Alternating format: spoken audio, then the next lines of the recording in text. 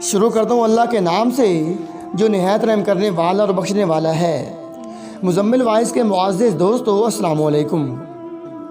عیش قبرستان سے واپس سجاد اوس آ رہا تھا کہ گھر سے کوئی فاصلے پر لوگوں کا ہجوم دیکھا۔ گاڑی آگے لے جانا مشکل تھا۔ اس نے گاڑی سائڈ پر پارک کی اور باہر نکلا۔ وہ آگے آیا، وہاں کھڑے آدمی سے پوچھا، کیا ہوا یہاں؟ کوئی لڑکی بے ہوش پڑی ہے، پتہ نہیں کون سی قیامت ٹوٹی ہے بیچاری پر۔ وہ افسوس کر رہا تھا لڑکی کی حالت پر۔ عیش آدمی کی بات سن کر آگے بڑھا، ہجوم کو چیرتا ہوا۔ وہاں موجود لوگ صرف نظارہ لے رہے تھے، کوئی بھی اس لڑکی کو ہاسپٹل لے جانے کو تیار نہ تھا۔ عیش اسی مقصد سے بڑا تھا کہ ہاسپٹل لے جا سکے، مگر وہاں فارا کو گرت دیکھ کر اس کے اپنے اوسان خطا ہو چکے تھے۔ وہ جلدی سے زمین پر بیٹھا، فارا فارا ہوش میں آؤ، ہوش میں آؤ فارا۔ عیش اس کے منہ کو تھپک رہا تھا، مگر دوسری جانب خاموشی رہی۔ عیش نے فیض کا نمبر ڈائل کیا، وہ بند تھا۔ پھر رامش کا، وہ بھی اویلیبل نہیں تھا۔ عیش نے فارا کو بازو میں اٹھایا اور گاڑی کی طرف بڑھا۔ وہ ہاسپٹل جا رہا تھا۔ آئی ایم سوری ٹو سے، آپ کی مسز کو نروس بریک ڈاؤن ہوا تھا، جس کی وجہ سے ان کا مس کیریج ہو گیا ہے۔ آپ کو احتیاط کرنی چاہیے تھی، ان کی کنڈیشن بہت مشکل سے سنبھلی ہے، آئندہ کیئرفل رہیے گا۔ کچھ دیر میں ان کو روم میں شفٹ کر دیا گیا، ہوش میں آنے پر آپ مل سکتی ہیں۔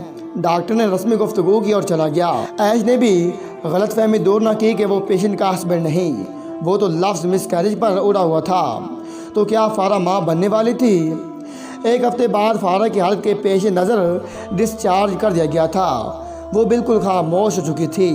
کوئی پوچھتا تو جواب دیتی، ورنہ گھنٹوں ایسے گزار دیتی۔ کسی چیز کا ہوش نہ تھا، نہ کھانے کا، نہ پینے کا، نہ پہننے اوڑھنے کا۔ اس مشکل وقت میں رمشیں سنبھال رہی تھی سب کو۔ وہ بالکل گن چکر بن چکی تھی۔ لیکن مشکل وقت بھی گزر جاتا ہے، اور گزرتا وقت زخموں کے لیے مرہم کا کام کرتا ہے۔ رحیلہ بیگم بیٹی کی خاطر بہت سنبھال چکی تھی خود کو، اب وہ فارا کو بھی سنبھال رہی تھی۔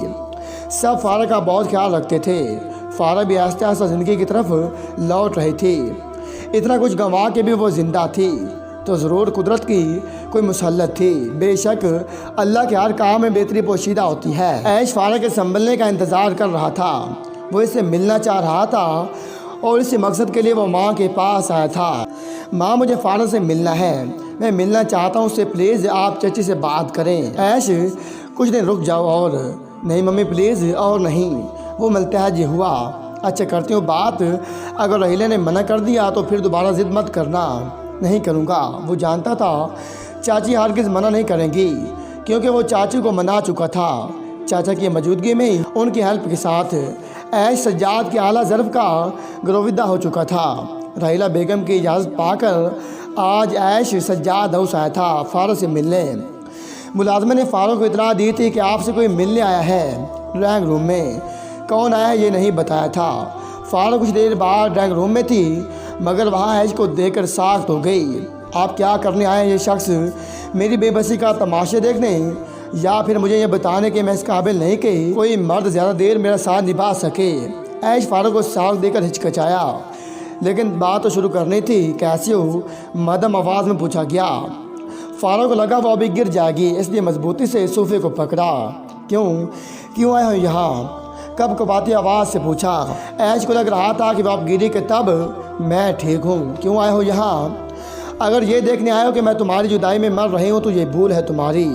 اگر یہ دیکھنا چاہتے ہو کہ ایک بار پھر سے اجڑ کر کیسی لگ رہی ہوں تو دیکھ لو جی بھر کر، تاکہ کوئی حسرت نہ رہے تمہیں۔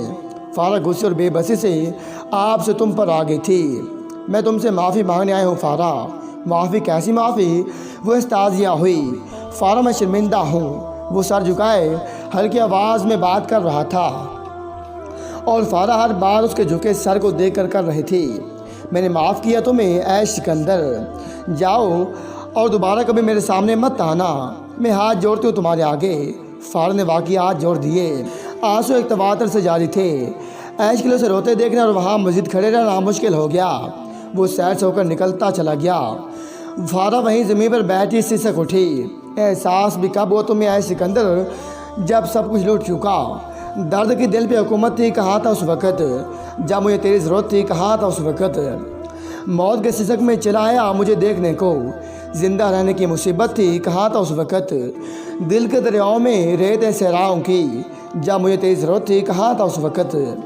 زندگی جو ہی رواں دواں تھی، وقت گزرتا جا رہا تھا، زخم منبل ہوتے جا رہے تھے، سب اپنے میدانوں کے گرد حرکت کرتے ہوئے زندگی کے دن گزار رہے تھے۔ فار نے خود کو مصروف کرنے کے لیے سکول جاب کر لی تھی، اس لیے زندگی سہل ہو چکی تھی، وہ کافی حد تک اپنے زخموں سے چھٹکارا حاصل کرنے میں کامیاب ہو گئی تھی۔ وہ خوش تھی، سکول کے بچوں کے ساتھ وقت گزار کر زندگی کا مقصد مل گیا تھا اسے، وہ مگن سے ہوتی گئی تھی اپنی روٹین میں، مگر رحیلہ بیگم کو بیٹی کی ویران زندگی تکلیف دیتی تھی۔ ان کی بیٹی نے اتنی کم عمری میں ہی بڑے بڑے دکھ جھیلے تھے، مگر اف تک نہیں کیا، وہ صابر و شاکر رہنے والی لڑکی تھی۔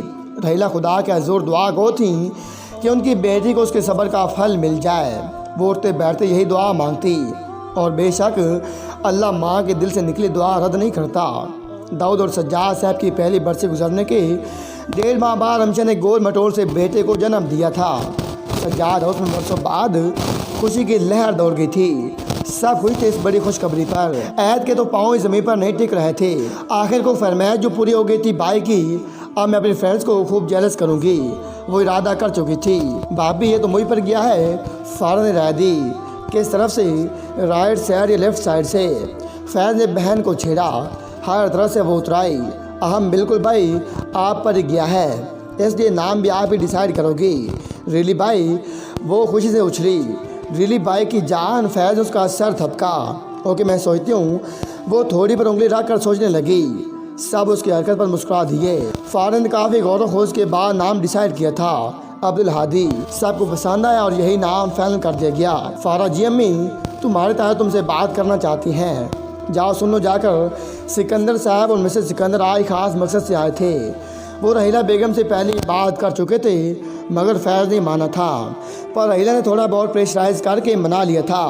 فیض کی شرط تھی کہ فار سے کوئی زبردستی نہیں کرے گا، اگر وہ راضی ہو تو پھر مجھے بھی کوئی اعتراض نہیں ہوگا۔ فیض کی شرط پر سکندر صاحب فار سے بات کرنے آئے تھے۔ طیب وہ بلوایا آپ نے، فار لاؤنج میں آئی تھی۔ فارا بیٹا یہاں آ کر بیٹھو میرے پاس، انہوں نے اپنے قریب صوفے کی طرف اشارہ کیا۔ مسز سکندر تنہائی فراہم کر کے بیٹھ جا چکی تھی۔ فارا جی، وہ سر جھکائے بولی۔ فارا بیٹا مجھے اپنا باپ مانتی ہو نا؟ جی۔ فارا حیران ہو اس بات پر، تو پھر بیٹا اچھی بیٹیوں کی طرح میرا فیصلہ مانو گی؟ طیب وہ کیسی بات کر رہے ہیں آپ کی ہر بات میرے لیے حکم کا درجہ رکھتی ہے۔ نہیں میری جان، حکم نہیں، ریکویسٹ ہے تم سے، کہیں میں سن رہی ہوں۔ اندر اندر وہ ڈر بھی رہی تھی، پتہ نہیں کیا بات ہے۔ فارا وہ رکے، بیٹا سجاد تمہیں خدا کے بعد میرے حوالے کر گیا تھا، یاد ہے نا؟ کیسے بول سکتی ہوں طیابو، وہ بابا کی آخری بات تھی جو جاتے انہوں نے مجھ سے کی تھی۔ وہ رو پڑی، سکندر نے اسے سینے سے لگا لیا۔ فارا دل ہلکا کر کے الگ ہوئی، میں نے آپ کو بھی افسردہ کر دیا، سوری۔ نہیں بیٹا، بس وہ خاموش ہوئے۔ طیابو آپ کریں بات۔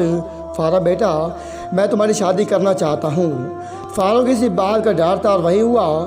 دیکھو بیٹا سجاد جا چکا ہے اور میں آج ہوں کل نہیں رہوں گا، اس لیے چاہتا ہوں کہ تمہیں مضبوط ہاتھوں میں کر جاؤں تاکہ سجاد کو مجھ سے کوئی شکایت نہ ہو۔ وہ رکے، تم کیا کہتی ہو؟ سارے راستے بند کر کے پوچھ رہے تھے، کیا کہتی ہو؟ فارا خاموش رہی۔ فارا طیب وہ آپ کی جیسی مرضی، انکار کا لفظ شاید فارا کی ڈکشنری میں تھا ہی نہیں، ہر بات پر سر جھکا دینا اس کا وتیرہ تھا۔ فارا بیٹا مجھے یقین ہے تم میرے انتخاب کو قبول کرو گی۔ وہ مسکرائے، جی۔ فارا نے سر ہلایا، میں نے تمہارے لیے عیش کا انتخاب کیا ہے۔ فارا کے سر پر دھماکہ ہوا، عیش عیش سکندر یہ کیا کہہ دیا آپ نے؟ وہ دل میں ہم کلام تھی، میں جانتا ہوں یہ مشکل ہے تمہارے لیے، پر صرف ایک بار، آخری بار میرا فیصلہ اس یقین کے ساتھ قبول کر لو کہ آپ کوئی غلط نہیں ہوگا انشاءاللہ۔ وہ یقین سے بولے۔ فارا کی خاموشی دیکھ کر وہ پریشان ہوئے۔ فارا بیٹی جی۔ وہ چونکی، کیا ہوا بیٹا؟ انہوں نے سر پر ہاتھ رکھا، مجھے آپ کا فیصلہ قبول ہے۔ فارا نے خود کو کہتے سنا۔ وہ اس وقت آئے سکندر کے بیڈ روم میں اس کی بیوی بنے بیٹھی تھی، لائٹ پنک کلر کی فراق میں وہ پرستان کی پری معلوم ہو رہی تھی، مگر اس کے دل میں نہ تو کوئی خوشی تھی اور نہ ہی کوئی ارمان، وہ خالی دل خالی دماغ لیے بیٹھی تھی۔ عیش کب کمرے میں آیا، کب اس کے پاس بیڈ پر بیٹھا، فارا کو کچھ پتہ نہ چلا۔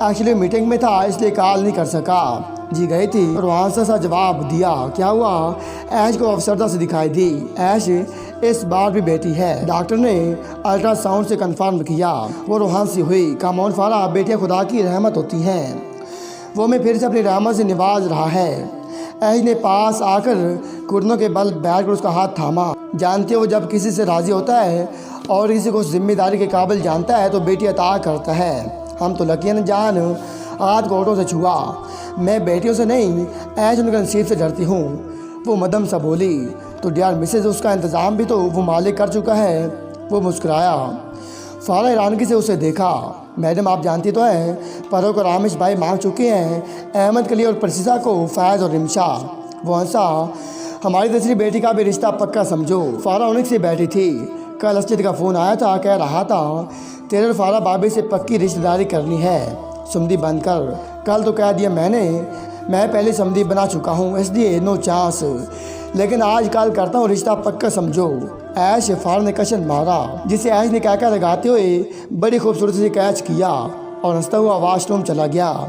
فارا استگی سے چلتی ہوئی آئینے کے سامنے آئی۔ فارا کا ہاتھ اپنے گلے میں موجود لاکٹ پر گیا جس کے پنجر میں لکھا ہوا اللہ آج بھی پوری آب و تاب کے ساتھ جگمگا رہا تھا۔ وہ نم آنکھوں کے ساتھ مسکرا دی۔ وہ اپنے چہرے پر الوی خوشی دیکھ سکتی تھی۔ بالآخر اسے اس کا صبر کا پھل مل گیا تھا، دیر سے صحیح، پر فارا کو ایش کی وفا پر اعتبار آ گیا تھا۔ بچوں سی طبیعت ہے، ہم اہل محبت کی، ضد کرنا، مچل جانا، پھر خود ہی سنبھل جانا۔